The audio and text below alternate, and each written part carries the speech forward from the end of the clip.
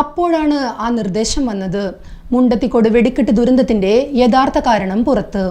മുണ്ടത്തിക്കോട് ഒറ്റപ്പെട്ട സംഭവമല്ല, ഇതൊരു മരണ പരമ്പരയുടെ ഏറ്റവും പുതിയ കണ്ണിയാണെന്ന് മാത്രം.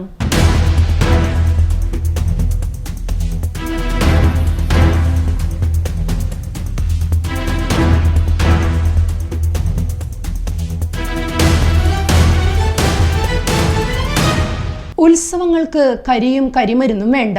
പതിറ്റാണ്ടുകൾക്ക് മുമ്പേ ശ്രീനാരായണ ഗുരു നമ്മെ ഓർമ്മിപ്പിച്ച വലിയൊരു സന്ദേശമാണിത്. എന്നാൽ ആ വലിയ മനുഷ്യന്റെ വാക്കുകൾക്ക് നമ്മൾ എന്ത് വിലയാണ് നൽകിയത്? ആഘോഷങ്ങളുടെ ആരവം അവസാനിക്കുന്നത് പലപ്പോഴും അടങ്ങാത്ത നിലവിളികളിലാണ്. കണ്ണഞ്ചിപ്പിക്കുന്ന വെളിച്ചം കെട്ടടങ്ങുന്നത് വലിയ കൂരിരുട്ടിലും. ഉത്സവപ്പറമ്പുകളിലെ ആവേശം വാനോളം ഉയർത്തുമ്പോൾ നമ്മൾ മറന്നുപോകുന്ന ഒരു സത്യമുണ്ട്. നമ്മുടെ കാൽച്ചുവട്ടിൽ എരിയുന്നത് മരണത്തിന്റെ തിരികളാണെന്ന്. ചരിത്രം എന്നത് പലപ്പോഴും രക്തം കൊണ്ട് എഴുതപ്പെട്ടതാണ്. ഈ മണ്ണിലുമുണ്ട് മാച്ചാൽ മായാത്ത, മഴ പെയ്താലും ഒഴുകിപ്പോകാത്ത പച്ചയായ മനുഷ്യരുടെ ചോരപ്പാടുകൾ.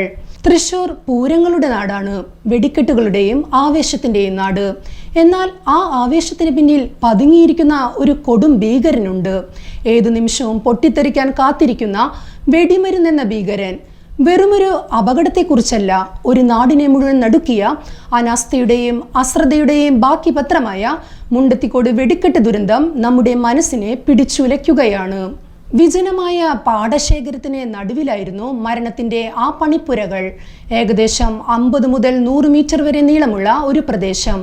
തിരുവമ്പാടിക്ക് വേണ്ടി സാമ്പിൾ വെടിക്കെട്ടിനുള്ള ഒരുക്കങ്ങളായിരുന്നു അവിടെ നടന്നിരുന്നത്. ഒരൊറ്റ ഷെഡല്ല, മറിച്ച് 8ഓളം ഷെഡുകളാണ് അവിടെ ഉണ്ടായിരുന്നത്.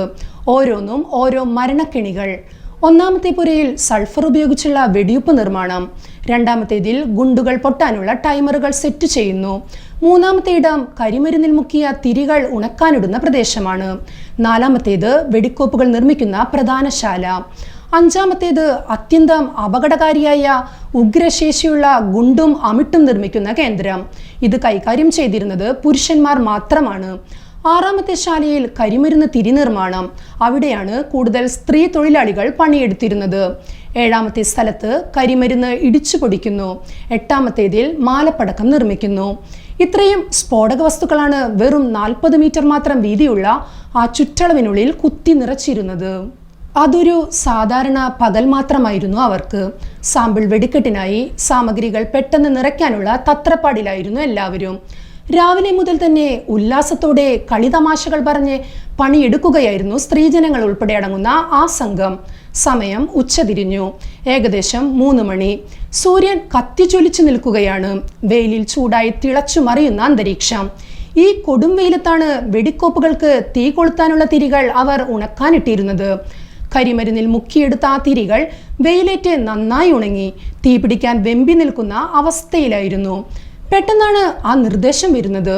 ഉണങ്ങിയ തിരികൾ പെട്ടെന്ന് വാരിക്കൂട്ടി എടുത്തു വെക്കുക. ആ നിമിഷം യഥാർത്ഥത്തിൽ എന്താണ് അവിടെ സംഭവിച്ചത്? ആരെങ്കിലും വലിച്ചെറിഞ്ഞ ഒരു ബീഡിക്കുറ്റിയിൽ നിന്നാണോ തീ പടർന്നത്? അല്ല. ഷോർട്ട് സർക്യൂട്ട് ആയിരുന്നോ? അതുമല്ല. പിന്നെ ആ അദൃശ്യനായ വില്ലൻ ആരായിരുന്നു?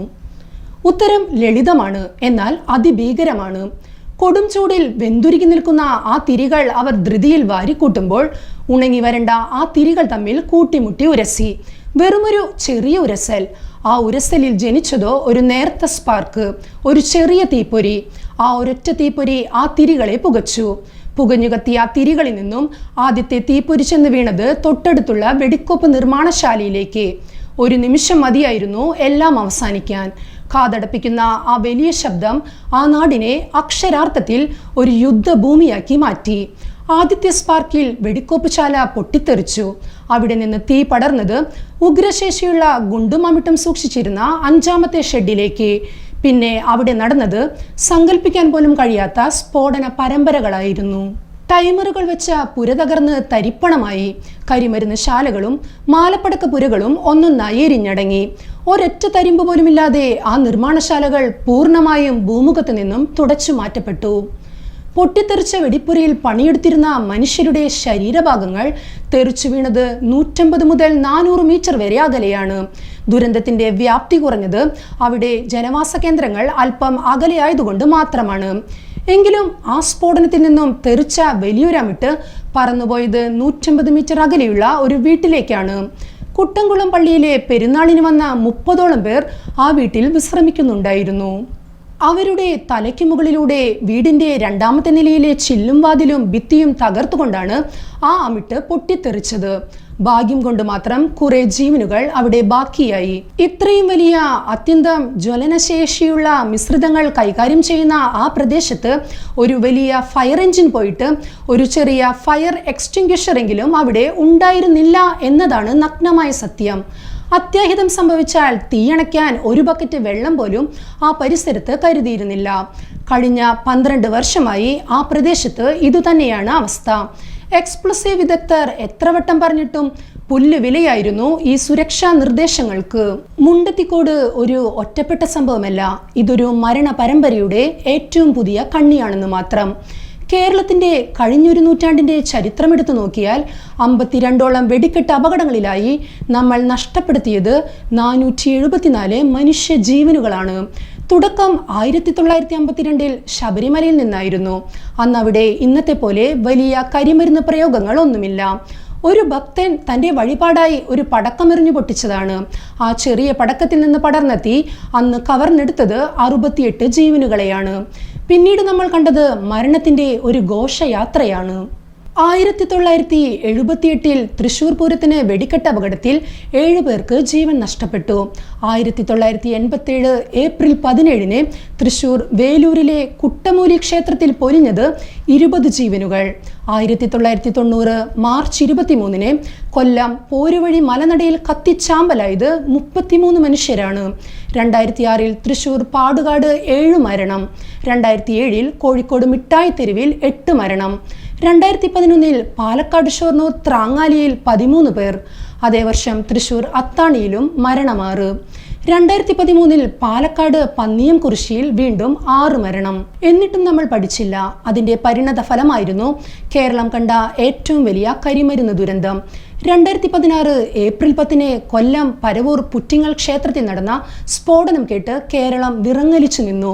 അന്ന് ആ പുലർച്ചെ നമ്മൾ എണ്ണിയെടുത്തത് 114 മൃതദേഹങ്ങളാണ്.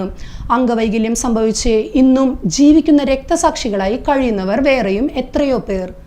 ഏറ്റവും ഒടുവിലായി 2024 കാസർഗോഡ് നീലേശ്വരത്തുണ്ടായ അപകടത്തിൽ നഷ്ടപ്പെട്ടത് 6 ജീവനുകൾ. ഇതൊക്കെ നടക്കുമ്പോൾ പതിവ് പോലെ അന്വേഷണങ്ങൾ പ്രഖ്യാപിക്കും. വിദഗ്ധർ വരും, ചുറ്റളവ് അളക്കും, സാമ്പിളുകൾ എടുക്കും. കുറച്ചു കാലത്തേക്ക് മാധ്യമങ്ങളിൽ വലിയ ചർച്ചകൾ നടക്കും. ഫയലുകൾക്ക് മുകളിൽ ഫയലുകൾ കൂമ്പാരമാകും. അതിനപ്പുറത്തേക്ക് ഒരു പ്രതിയും ശിക്ഷിക്കപ്പെടുന്നില്ല.